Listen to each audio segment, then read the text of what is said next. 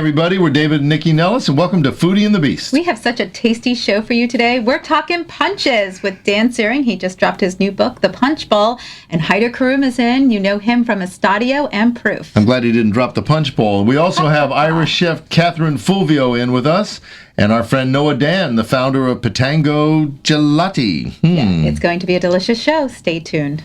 Planet Wine. It's like having your own wine cellar right in the heart of Del Rey. More than 700 bottles of domestic and imported wines offer something for every occasion and budget. For fine wines and more, there's a whole planet. Planet Wine in Del Rey. We have in with us Dan SEARING. He just dropped the book, The Punch Bowl. Now, when But that sounds like he dropped a baby. okay, Did it feel that way, Dan? At times. At times, sure They're not it did. made the same way. No. No, okay, good. Just oh God, no. Punches are a lot easier to make. But you know, Dan, let's just break right into it. I think when a lot of people hear the term punches, they think, you know, those 1970s like plastic punch bowls filled with sherbet and ginger ale. But clearly, there's a lot more to punch than sherbet. So why don't you tell us a little bit about yourself and how you got into punches? Well, I first got really excited about punch, I guess, when I was working at Hummingbird to Mars. I was a fill-in there. I was there. Yep, you were there. In fact, I think we shared a table together. That was the first time we met. Where was I? You were not there. That was a short-lived speakeasy project that was put on by some members, fellow members of mine of the DC Craft Bartenders Guild, and they served a punch as kind of an amuse-bouche, and that was the first time I'd really been exposed in a practical way to punch kind of made in the traditional classical way, sort of the more 19th century and before style of punch. It's kind of in the years since World War II that we've gotten into the kind of ginger ale and sherbet sort of idea about punch. And there's a lot more to it than that. And I'm part of a groundswell of people in the craft bartending movement who are excited about punch because it's a really directly traceable ancestor to the classic cocktails that we're all seeing so much of in the current restaurant and bar scene. Well, so tell us about how you did your research, because I mean the book is quite a little piece of history about where punches began and where you see it in art books and mentioned by scholars and academics. So how did you do your digging? How did you do that? Well, the very first published bartender's guide was The Bon Vivant's Companion by Jerry Thomas. So that's a place to start for everyone who's interested in the history of how alcoholic drinks are made and how the cocktail came to be. And, you know, starting with that book and through books up into the early 20th century, even into the mid 20th century, you'll see every guide to entertaining or guide to making cocktails has punch recipes in it. It's just that, you know, an unpleasant little thing called Prohibition happened, and that really kind of cut off the head of the kind of the bartending world, really. Like It was kind of like it was punched in the face. Indeed. I've been waiting like a hawk on a branch for that opportunity. Well, so, but after Prohibition was thwarted, why didn't we pick up where we left off? What happened? Well, there was a tremendous brain drain. All the really talented bartenders who had a connection to that history going back into the 19th century and even before. I mean, punch is thought to have originated in the 17th century in India, where English sailors started making it and taking it all around the world. But all the talented bartenders left the U.S., basically. So we had this real break with tradition, and we had, you know, hundreds of breweries, I mean, well, more than that, probably thousands, and many, many distilleries and wineries, and all of that just ground to a halt. And it's taken us really until pretty recently to get a lot of those things back. I mean, obviously wine has been back for a long time, but the craft brewing industry took a long time to come back. And craft cocktails. Exactly. I mean, we're really in the full swing of it. All right, well, what punch are you going to make us first? So the first one we're going to have is, I decided to focus today on punches that have fewer ingredients rather than many, because you can still get a great deal of complexity of flavor. It's the summertime. We all want to be outdoors, not spending hours and hours inside laboring over ingredients. Well, I mean, many of us. I'm perfectly happy to do that, you know, 365. But so the first one we're going to have today is called Jamaican Punch. It's a traditional Jamaican style punch. It's lime juice, strawberry syrup, and rum and water. Now, traditionally, you would use a light rum. In Jamaica, they would probably use a very strong rum, like Ray and Nephew Overproof, or at least use that as a component. And then you'd garnish it with a little bit of ground allspice. Okay. What I've been doing lately is to kind of save a step. You know what? I'm gonna have to send you off to make your punch because I need to get on to. That sounds great. I'll serve the punch right now, and we're using a spiced rum today. I'm using Corsair Artisanal Spiced Rum. It's a milder spiced rum, which saves the step of adding the allspice and makes a really fun, delicious punch. Cool. Excellent. Okay. All right. So on to Catherine Fulvio, and. Listen, the last time I told you this before the show started, when we were in Ireland about 8 years ago, Irish cuisine was really starting to I think most Americans thought it was boiled mutton and potatoes, and we had some amazing meals. And you're at the forefront of that whole movement. So how did all that get going? Well, I think with Irish food, most people who visit Ireland are incredibly surprised because they only know Irish food from the traditions of the people who've emigrated from Ireland. So they're thinking Irish stew, which is delicious if made properly. But nowadays in Ireland, we have a few things in our favour, and one is the weather. Mm-hmm. And I know most people think, oh my God, does it not rain in Ireland all the time? And there is the standard joke, it rains in Ireland only twice a day, once for 12 hours and another once for 12 hours. But in reality in Ireland... Catherine Fulvio, the comedian, is here as well. But what we have in Ireland is actually very little frost and snow in the winter, lots of grass growth. So our grass starts growing from about early January, right through till early December. Mm-hmm. Our animals are outside grazing, our plants are growing, our clover's growing, our herbs are growing, our cattle are grazing, our lambs are grazing. We're producing great dairy produce, Why great are we cheeses. Here? I know. Let's go to Ireland. Again. Yeah. And the thing is, we're using those produce. And what we've done in Ireland is we've looked beyond Ireland, because a lot of our young people have emigrated out of Ireland and come back again with ideas from Australia and from Japan and from America, and they're bringing ideas back home, but we're using Irish ingredients with those ideas. Okay, we have to take a quick break, but when we come back, we want to talk to people about why you're actually here in the States and what you're going to be doing here. This is Nikki and David Nellis with Foodie and the Beast. Those people can agree. We're going to be talking more Irish food and sipping on some punches. We'll be right back.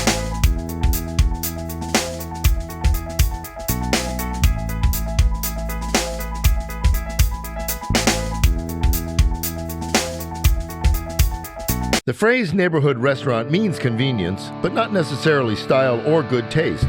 But in DC's West End, Circle Bistro, Noti Bianche, and Dish Plus drinks take neighborhood dining to new levels. Circle Bistro offers contemporary French-inspired cuisine. Dish has new twists on American classics. And Noti Bianche is the perfect Italian trattoria. The Kennedy Center is just steps away, so pre- and post-theater dining is enjoyable and convenient. Dish, Noti Bianche, and Circle Bistro. There's good taste in the neighborhood. Hi, we're back on Foodie and the Beast with David and Nikki Nellis, and we're talking with Chef Catherine Fulvio, who's in town to cook up a storm for Taste America. Let's talk about Taste America for a minute. It's not for the public, so what is it? It's a private event for Congress. That's right. It's a private event on Capitol Hill for all the members of the House of Representatives, and it is supposed to be, I noticed the supposed to be, the celebration, the final day before they break for their summer recess. Mm-hmm. That's the plan. And that's been the plan for the last 20 years. And the first person to host it was Julia Child. Oh. So I'm the 20th person, but I'm the first chef from outside the US. When you meet them, do you have to... Well, I want to know, why did they bring you in? Do you know? Do you know? It's a bit like yourself's been on holidays in Ireland. It's a wonderful couple, Mr. and Mrs. Rick Feeney.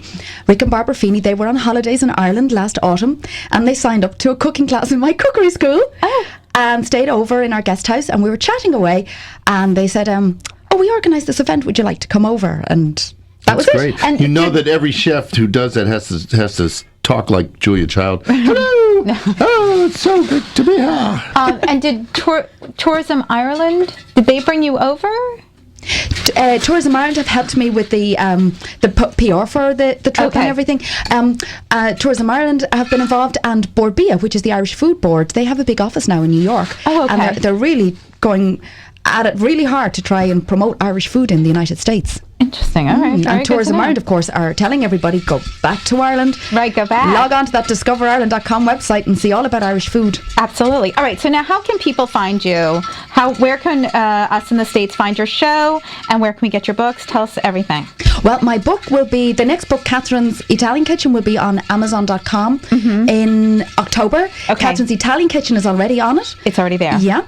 And also, if people want to log on to Ballyknockin, it's such a mouthful, but it's the name of my But home. you can find it. Nikki has a website. You can find it on the Perfect. listeryouonit.com. Yes. It's on there. Perfect. So Yes, it's on that's there. great. And then people can email me from there. I'd be delighted to send out any Irish recipes or help anybody whatsoever with the problems they're having with their soda bread. I get a lot of emails from the United States About soda bread? about soda bread and about scones. They're the two, what I would say, are the two simplest things, but they can Right. also be the most complicated things if you make them wrong. That is so funny. All right. Well, thank you so much for joining us today. We really appreciate you coming in, especially because you're here with your family on vacation. But it was terrific meeting you. Thank you. you. It's so my pleasure much. to be here. But All right, Chef, I'm going to ask you and Chef Haidar to please switch.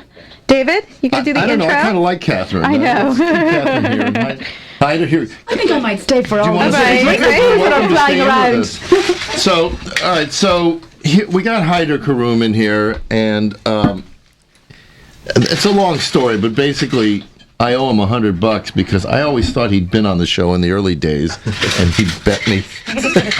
You remember that story? Yeah, I do remember that story. Right. He was pretending that he did not remember that there was a bet. And as it turns out, you and Dan Searing are buddies from we didn't know this from many years ago when you were both at Asia Nora, Right. And then you encountered somewhere along the line attorney Mark Kuller, who had a dream about opening a restaurant, which became Proof, and then you guys did Estadio. How did your whole thing with Mark get going? Mark was like a I mean, big- how could you have seen him? I mean, he's such a hard he's- guy to yeah, find, he you kinda know? stands out in the crowd. He's like 8 feet tall. Mark was a big fan. And he's loud. No, he's soft spoken. Yes. He was a big fan of ours at Asia Nora. He came in probably once a week, and the relationship kind of, was built from him coming into the restaurant. I met him one night. I think Thank he you. was having dinner with a winemaker, and was walking through the dining room. He called me over. We had a little chat, and became friends. And then we kind of took it from there. So But did he have an idea about Proof, or was it a collaboration? I mean, I know he knew he wanted the look, but did he know the food? I think me and Mark kind of we have very similar tastes in terms of a lot of things. I think we we're talking about women, or yes. okay, I just wanted to know. Well, he does have a reputation, but he's married now. Right. No, but settled down. We have very similar tastes. So my favorite restaurant is his favorite restaurant. The things that we appreciate in food and restaurants and stuff like that. But what's your background? I mean, how did you end up at Asia Nora? Are you a? I mean, that's kind of a complicated story, but I'm. That sounds intriguing. Why is it complicated? I always wanted to be a chef since I was young, since I was 14. So I kind of followed a certain route to get there. So started working in restaurants in order to get into culinary You're school. gonna move up to the mic. Went to culinary school, came back to DC, worked in what were the best restaurants in DC at the time, and kind of just worked my way up. Landed a job at Restaurant Nora, Nora Pouillon. Which was the original Organic. farm to table Right.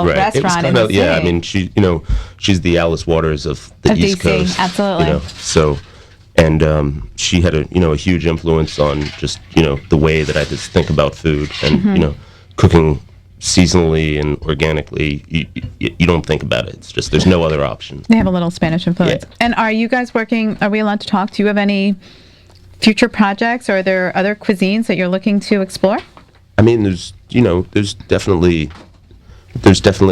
things on the horizon. I think nothing is set in stone, so it's What do you have being- to say? You're shaking You your can't head. come on the radio and say that and not Yes, he can. He can do lay whatever he out wants. something. Come on, man. I'm just no. No, he's not starting any rumors How come Howard Stern can get information out of all of his because he's guests and I Howard can't? Stern. He's sneakier than you are. Right, exactly. This is delicious, by the way. Well, thank you so much for coming in this morning. was a It was pleasure. really good to hear about all the great things that you are doing. It was And an we- honor to be on the show. I know you were worried I was going to grill you with tough questions, but I was looking forward to it. You're a little gentle. briefs or gentle boxers? giant. Box. That's a boy. All right. So, Noah Dan. Hello. Hi. Noah, you're a guy from Potomac. as it turns out, you are Italian, but your last name doesn't David sound was very the same. concerned I that was you were very not concerned. Italian. I was going to say, why gelato? It's something that I always wanted to do, and in that stage in my life when I'm too old to have things that I always wanted to do and didn't do.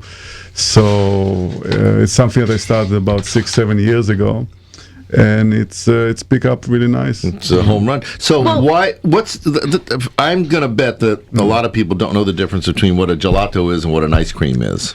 It's basically the difference between drinking a glass of milk or eating a stick of butter. You know. Okay. Well, that clears everything up. Can you explain that in more Thanks for detail? dropping in. Yeah, I mean, like gelato is based on milk and very little cream added to it. It cannot be called ice cream because ice cream have to have at least 10% fat, milk fat, and gelato at the fattest doesn't get to 8%. Is there a lot more air in gelato? No, gelato is actually much more dense because the trick in frozen dessert is to put more fat because more fat trap more air. Okay. The money is in the air, of course. Right. So gelato is a little bit more expensive. It's denser, and also like the flavor characteristic is very different because if you eat anything with too much fat, it's coat your mouth after Right, you after can a feel spoon it. or two. You don't taste anything anymore. Well, so as you were putting together your gelato recipes, what were things that were very important to you? What did you want the Pitango brand to incorporate? It's really all about ingredients. I was trying, I was experimenting for many years, trying to get. I mean, were you making gelato at home anyway? I mean, were you just a Yeah. gelato lover? You love to make it? one of those? Yeah. Yeah, you're one of those. Those I'm one of guys. those, but not with gelato. I All get the it. neighbors are making beer, and he's home making. Yeah, no, I'm a Gelato. tinkerer. You know, I'm a tinkerer. Right. I'm like, and like what's really brought this thing about is, you know, when you are old is like when you know that you're old is like when you start talking about. I'm assuming you're that, looking at my husband and not looking at me, No, correct? I'm explaining just about making sure, myself. right? You know, I still have to get you home safe if you know what I'm saying. I can take a cab. It's when you start get to the saying that, cab. like, start bitching about the tomato that don't taste like they used to be. You know, and like. No, and but the good old days. Right, well, we're going to take a quick break, but when we come back, we want to talk about the flavors that Okay. you have in your different shops and why there are lines down the street to get in.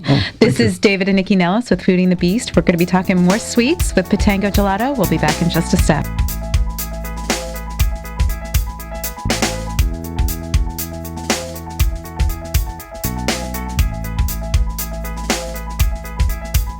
Planet Wine in Del Rey is more than just 700 great wines. There's also a stellar selection of craft beers picked by Greg Engert, one of Food & Wine's favorite beer experts, and artisan charcuterie from Red Apron. For fine wines, beers, and more, there's a whole planet. Planet Wine in Del Rey.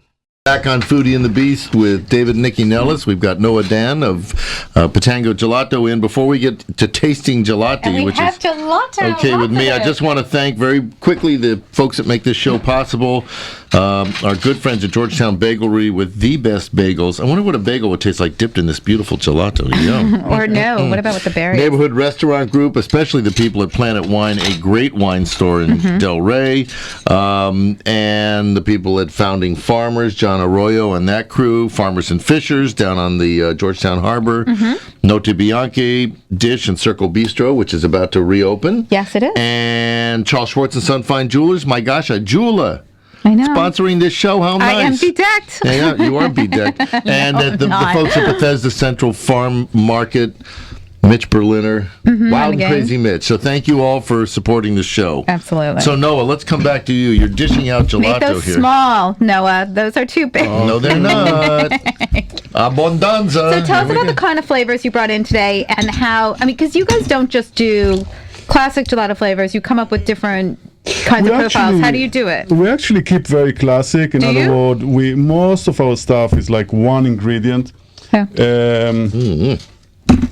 What we have here, like for example, is the vanilla. This is Gianduja. Gianduja. Gianduja is actually two ingredients: is chocolate and. Well, let me ask you about, isn't John Duya an Italian candy manufacturer? Because I remember John Duya chocolates. The name actually mean clown, And it's a bit of a history. I mean, like it's a flavor that was developed during the Napoleonic War, when there was a shortage of cocoa. Because it was an important ingredient, so they replace the cocoa with a little bit of hazelnut, which was plentiful, and so the nickname is like kind of a clown chocolate. You know, it was Like not taken fake seriously. chocolate, I get it. But right. since then, it's kind of like it's became like a very So John Duya is not a brand name? no. Because I used to eat those little bachi. That's right. Yeah. Bacchis from Perugia is another region where they grow hazelnuts, and they're very proud of their hazelnuts. Dang. All right, I'm going to jump in because we only have a couple more seconds. Okay. Noah, let's first of all tell everybody where your stores are and how to find you online. At pitangogelato.com, and we have 3 stores in DC, one in Reston Town Center in Virginia, and the first one is still my favorite in Fells Baltimore, Point, right. Fells Point. All right, and Pitango is Pitango, if you guys Correct. want to know. And if you can't spell gelato, you don't deserve to eat it. Okay. How about Thank that? you so much for coming No, in and these were bringing great. all these Thanks so delicious much. gelatos. All right, let's go Guys. back to Dan. All right, Dan, we are back to Searing. you. So, one of the punch segments of your book that I thought was interesting, because it just didn't make sense to me, was milk punches. Can you talk about that a little bit? I mean, I don't know why I was like, milk punches. I don't know. It sounds like something for kids, but clearly the recipes were not child friendly. Well, there's 2 different kinds of milk punches. There's the one kind where you're just using milk as an ingredient in the punch, and that's sort of what you might expect. It has, the creaminess of dairy and the kind of the strong flavor of the liquors that you put in. That's one style. But the more traditional style, and actually Ben Franklin famously shared with correspondence his recipe for milk punch. You use lemon juice and brandy, where you traditionally would soak lemons in brandy, and then you add that to milk that you're scalding. Okay. And it causes the milk to curdle, and it separates the curd from the whey, basically, and then you strain out the curd. So you're basically, it's a whey, and that's actually can be shelf stable. How did they figure that out? Well, I mean, I guess when you're doing things like discovering electricity and founding a country, like making milk punch seems like falling off a log, you know? That's actually a very smart answer. Will you tell everybody where they can find your fabulous little book, and are you going to be doing book signings around town? I Tell wanna us make what you're sure- doing. Yes, absolutely. We'll continue to be doing events in the region. I live in Washington, D.C., so I'm going to be doing something in September at Neiman Marcus, part of their fall fashion kickoff week. I apologize, I I'll don't be have there. the date in front of me, but that's going to be a fun event. It won't matter what the date is because she'll be there. Exactly.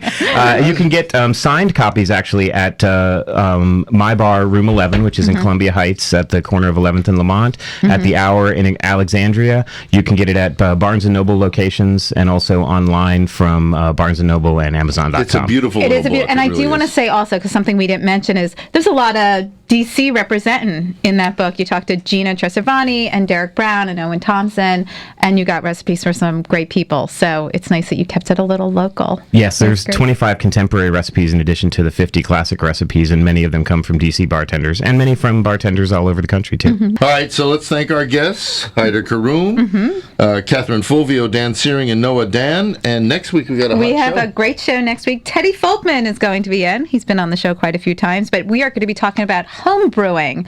It's not something we've really discussed before, and it is DC Beer Week. And if you love sushi, we got Kaz coming in from Kaz Kaz, Sushi. I can't wait. He just opened his O Fish downtown, and he's going to be rolling up some sushi rolls for us. Well, plus Carmine's, which took home 2 Rammys for Best Restaurant and Power It did. Restaurant, celebrates its 1-year anniversary. We're going to have some folks in from there, maybe a special guest from Carmine's too. A special guest? A secret guest. Oh, my Yes, goodness. I'm not All sure right, if he's well- coming in. And the guys from Wildfire will be here too. That's correct. So we have a great show next week. We had a great show this week. Everybody else, have a We had a delicious fattening show. have a delicious week.